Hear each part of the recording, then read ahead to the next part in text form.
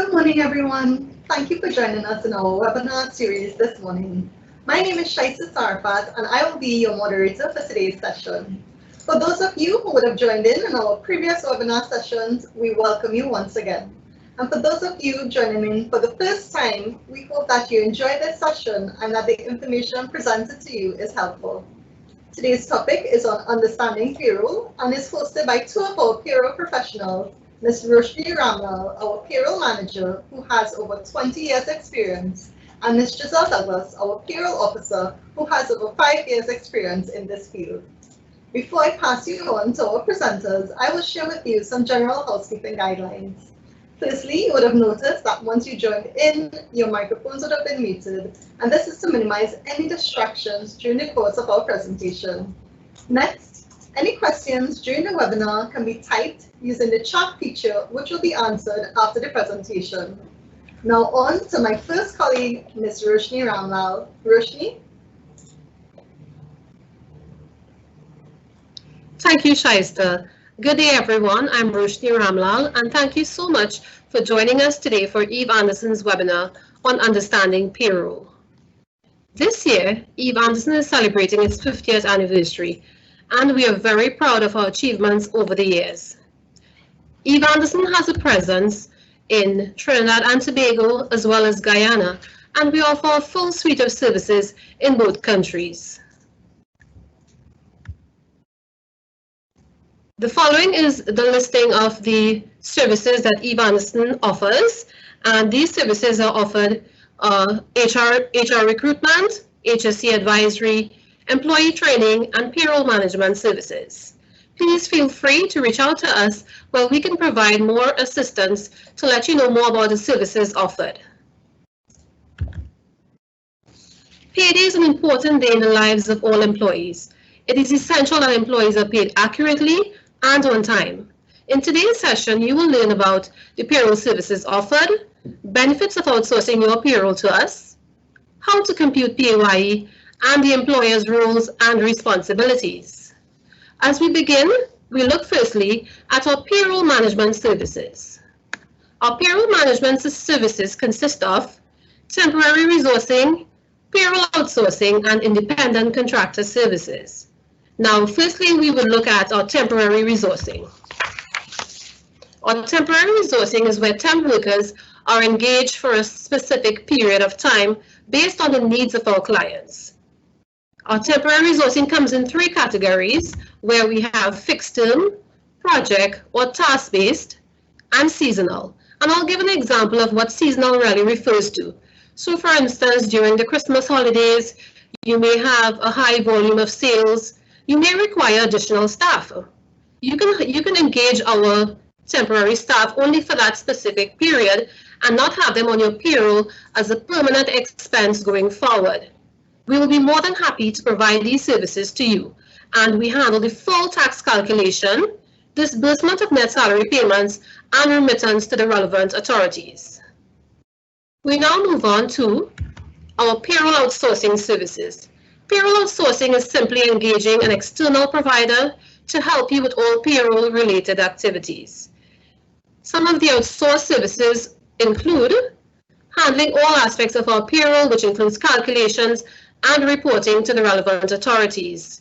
We will disburse our salaries via ACH or wire transfers in regional currencies as well as local.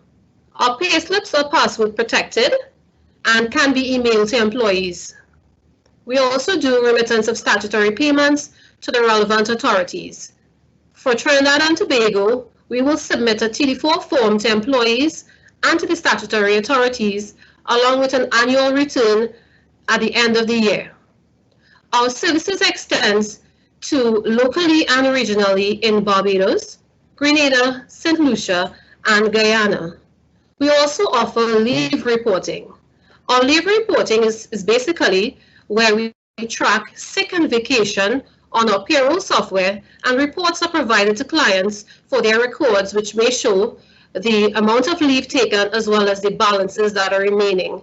This can be quite helpful for employers to track leave on an annual basis for employees. Our third management service payroll management service is our independent contractor service. Now, this one could be a bit tricky because we have to determine, first of all, what is an independent contractor. Now, the National Insurance Board, as well as the Board of Inland Revenue, has various tests which can be applied to determine who qualifies as an independent contractor. And the reason why they need to qualify that is to assess the method for payment of taxes. As you know, an independent contractor, taxes are due quarterly. However, an employer is responsible for deduction of taxes for each cycle the employee is paid. So listed here is various tests which can be done to determine whether a person qualifies as an independent contractor or an employee. And for more details, it can be found on the Inland Revenue's website as well as the National Insurance Board's website for full details as to how to conduct each of these tests.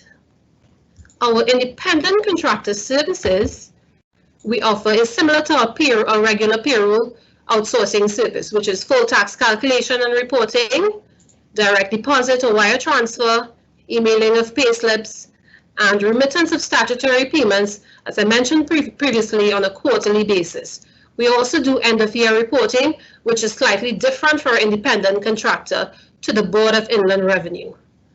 It is quite important to note that as an independent contractor, at this time, the National Insurance Board does not have the facility to have NIS deductions on behalf of an independent contractor. So only taxes are due, taxes meaning PAYE and health surcharge, on behalf of an independent contractor. We now move on to the advantages of outsourcing your payroll to Eve Anderson. Now, there are many advantages, but the employer would like to know what is the most cost-effective measure.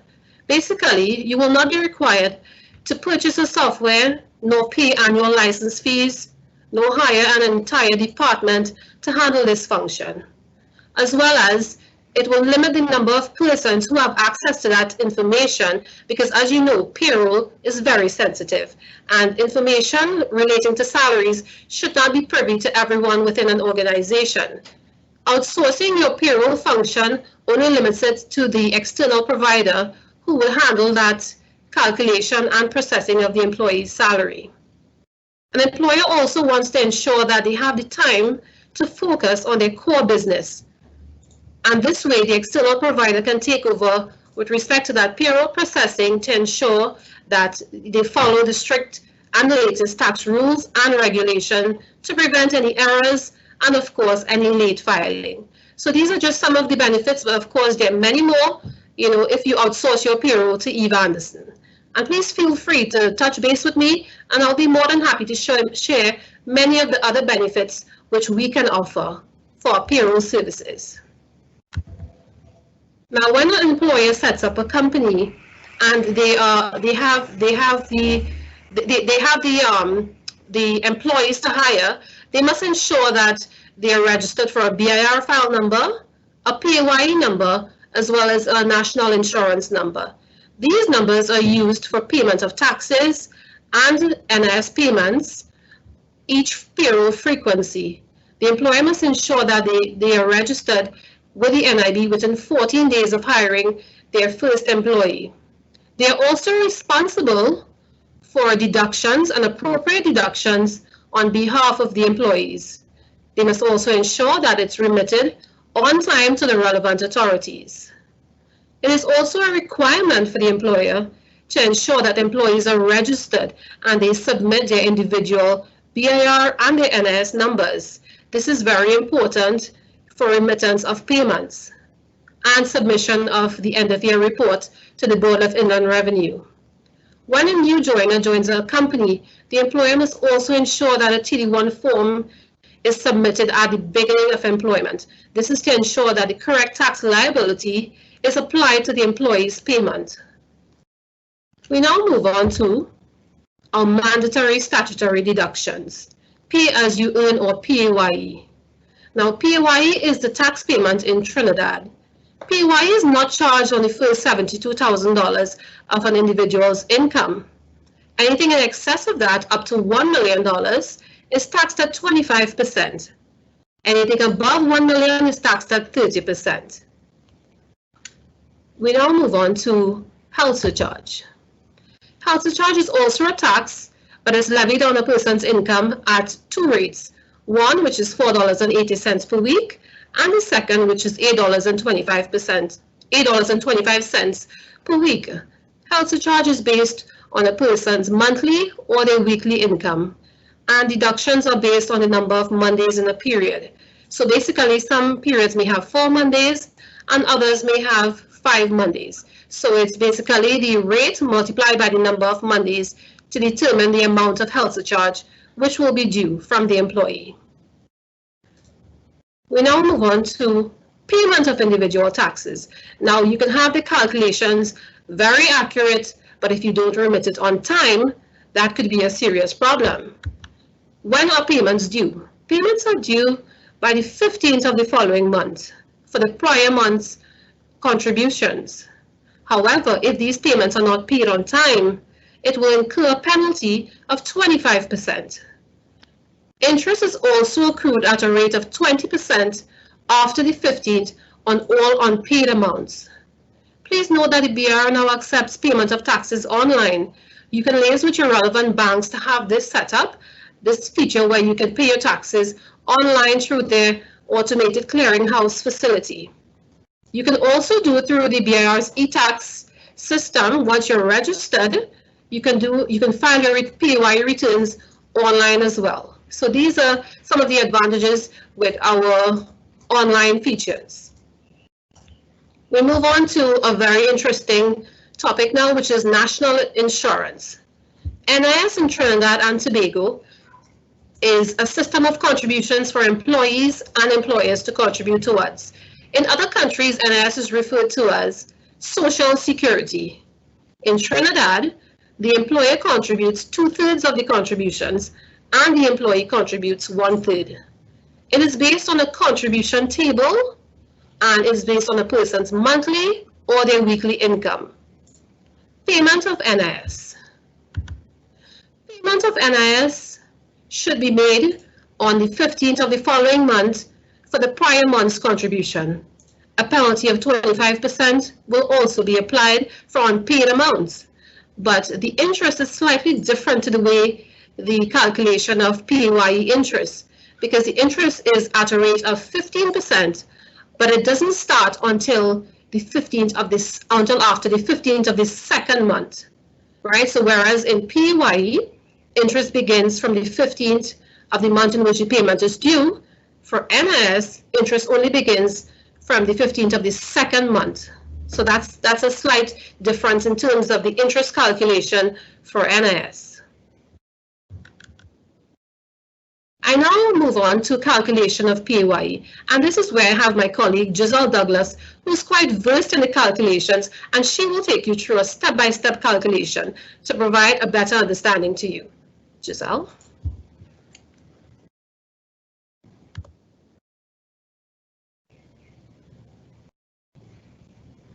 Thank you, Roshni. Hi, everyone. My name is Giselle Douglas, and today I will be taking everyone through a short example of how to calculate PAYE. With this example, I'll be using a monthly salary of $6,500. We first start off by calculating our total annual income. This is done by taking our monthly salary and multiplying it by the number of months in a year. With taking our $65,000 and multiplying by 12 months in a year, we end up with a figure of $78,000. We then calculate our total NIS payment. This can be done by taking your weekly NIS payment and multiplying it by the number of weeks in a year. Your weekly NIS rate can be found on the NIS rate sheet, which can be found on the NIB website. $6,500 falls in the bracket of $70.40 per week. Multiplied by 52 weeks, we arrive at a figure of $3,660.80. We followed this by calculating 70% of our total NIS payment. 70%, we arrive at a figure of $2,562.56. We then calculate our total tax deductions. In Trinidad, the main tax deductions are our personal allowance and the 70% NIS payment. When added together, we arrive at a figure of $74,562.56. We then calculate our chargeable income. This is derived by taking our total annual salary and we minus our total tax deduction. And we arrive at a figure of $3,437.44. We follow this by calculating our chargeable income. Our chargeable income would be 25% of our tax now will be 25% of our chargeable income. This is, we arrive at a figure of $859.36. We then calculate the amount of PAYE that will be deducted from an employee's salary on a monthly basis. This is simply done by taking our total tax and dividing it by 12 months. When we do this, we arrive at an amount of $71.61. Now I will show you a breakdown of how this can be done. Right, so first we have our total annual salary of $78,000 minus our personal allowance minus our 70% total annual NIS. We then arrive at our chargeable income. 25% of our chargeable income, we arrive at our total tax amount of $859.36. We then divide that by 12 months and we arrive at our PAYE deduction per month of $71.61. I hope that this information proved very beneficial to everyone, and I urge everyone to give this a try. Now I will put you back on to Roshni, who will now talk about TD1 form. Roshni. Thank you so much, Giselle. I hope everyone has a better understanding now of PAYE calculations. And the next time you look at your payslip, make sure when you see that PAYE amount, you're able to reconcile back to the figure on that payslip. We now move on to TD1 form. Now, what is a TD1 form? A tax declaration form 1 is used to determine an individual's tax liability. When should it be submitted? On commencement of employment or where there's a change in your tax deductions or tax credits. Now, everyone loves to hear how can we reduce our taxes. There are many ways you can reduce your taxes. Now, simply, we have our personal allowance and our NIS allowance, which is 70% of our total contributions. 72,000 plus the 70% NIS. If you're claiming only these two, you're not required to have your TD1 form approved by the Board of Inland Revenue. However, it is advisable to submit a completed TD1 form to your employer though for their records. We have other tax deductions which can be applied where you can reduce your income tax liability. Tertiary education expenses of $72,000. For first-time homeowners after 2011, they can claim up to $25,000. And we have up to $50,000 with a combination of a deferred annuity plan, a pension plan, and of course 70% of your NIS. Alimony or maintenance can be claimed up to 100% of your contributions. There is also tax credits, venture capital, CNG and cylinder, solar water heating, and national tax-free savings bond. All of these can be claimed via your approved TD1 form. How do you go about getting your TD1 form approved by the Board of Inland Revenue?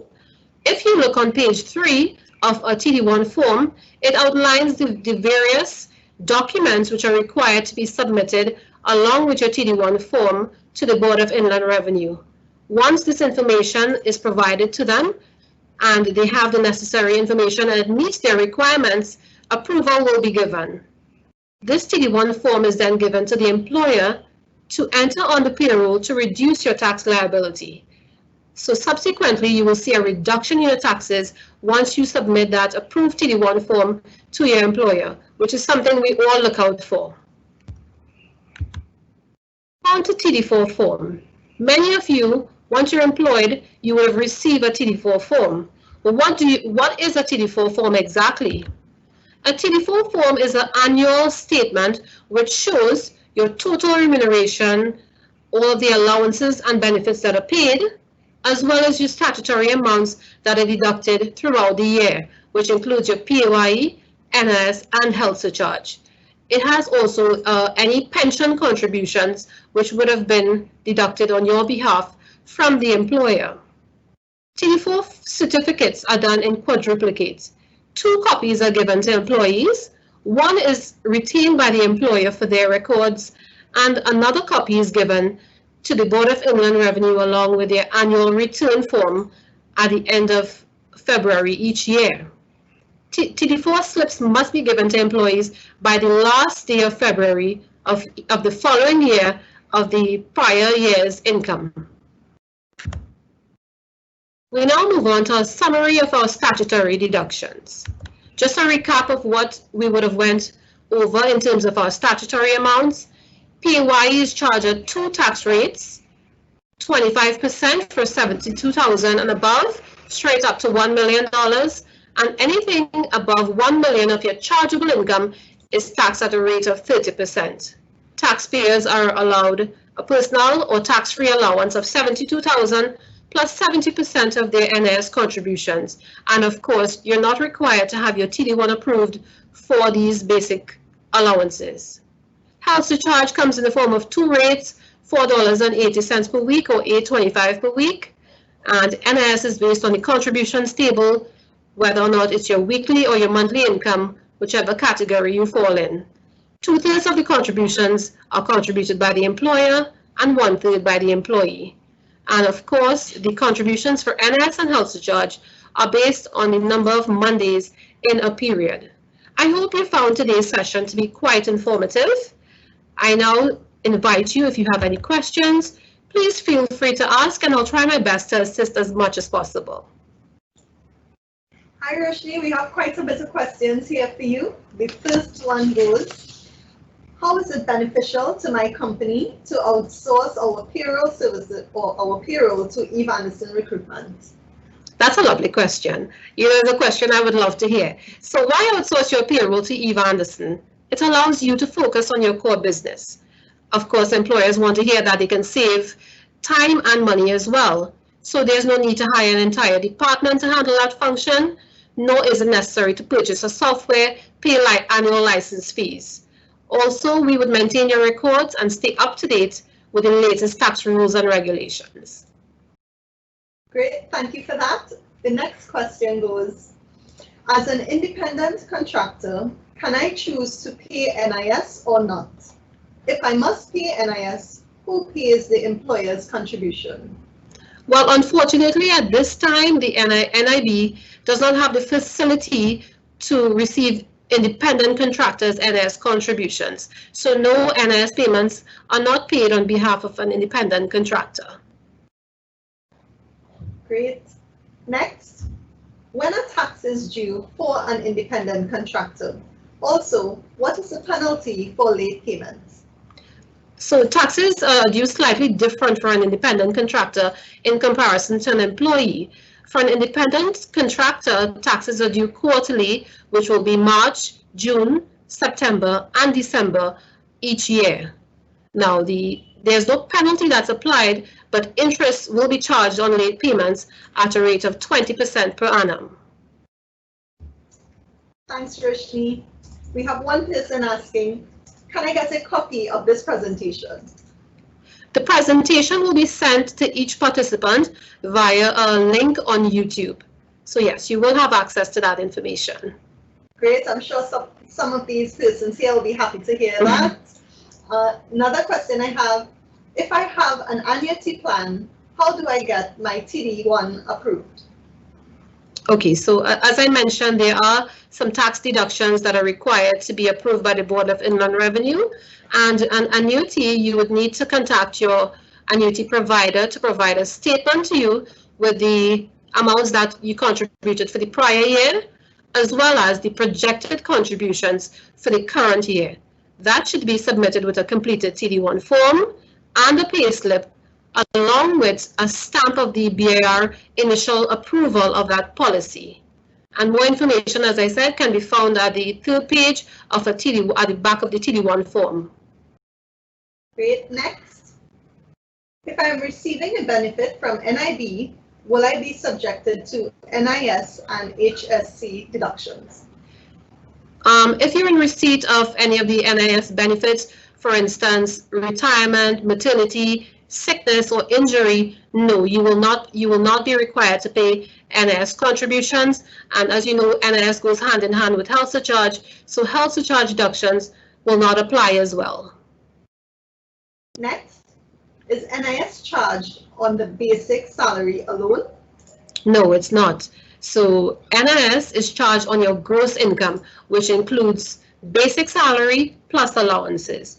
Allowances could include, I'm just saying, commissions, overtime, bonuses, etc. So NIS is charged on a person's gross income. Great. We have another question here of my interest as well. Why does my tax payments fluctuate every month? The only reason I can see your tax payments fluctuating is if there's a change in your salary. If your salary increases or decreases, your tax payments will be affected. Now, please bear in mind, if a person is in the tax bracket, any additional salary that they receive will be taxed at 25%. Okay. Another question for you, Rush. At what age can I stop paying health surcharge and NIS contributions? Okay, that's an interesting question that most people love to hear, when they can stop contributing to that. Health surcharge stops at the age of 60. NIS stops at the age of 65. However, if a person is still employed, the employer can contribute towards Class Z contributions. Now, please also note a person can submit a request for a retirement pension once they're not employed between the age of 60 to 65. Once they become employed, after they receive that retirement pension, Class Z is also applied even though they have not attained the age of 65. Okay, one question here again, Roshni. Lots of questions here today. I see. People are very interested in payroll and taxes and all of these things. So that's a good sign. That's right. It goes, how can I access Eve services? Well, we have various mediums of accessing our services. We have our website. You can call us, or you can send an email. So at the end of the presentation, I'm going to put up all of the information with our contact information, and feel free to reach out to any one of us for our services. Okay, we have one final question here. It goes, what is the criteria to classify someone as an independent contractor in terms of having to deduct and remit tax for them? Okay, so as an independent contractor, as I mentioned previously, there are several control tests which must be done, and the Board of Inland Revenue, as well as the National Insurance Board, they have a clear guideline on which tests should be applied or to determine whether a person is an independent contractor or an employee. Once these tests are done and the person is qualified as an independent contractor, quarterly taxes will be due on behalf of that independent contractor. Last question I'm seeing here thus far. What is Eve Anderson's price for payroll services? Well, to be quite honest with you, our payroll pricing is based on the complexity of a payroll, the frequency, number of employees, payroll reports, if there are any customized reports that are requested. What I would suggest, though, we're offering a free consultation to all of our participants to contact us, and I will be more than happy to assess your payroll and see how best we can assist you. Okay, great. Thank you for that. I'm seeing that at this time we have no more questions. I'm sure persons will have a lot more coming through. So for those of you who have more questions, feel free to contact us at 627-8233 or visit our website at www.eveandersonrecruitment.com for any more information on this. I now pass you on to Roshni for closing off. Thank you everyone once again. Thank you, Shaista. Thank you, Giselle. And I would like to thank you, the participants, for being here with us today, for making this possible for us to provide this information to you. Hope you found it very informative and hope it can add value to you and your company. I now list here out the range of services that are offered at Eve Anderson, and feel free to reach out to any one of us for us to provide more information to you. The following is our contact information in terms of our email, our contact number, and our website for more details. I thank you so much and do have a pleasant day and productive remainder of the week. Take care.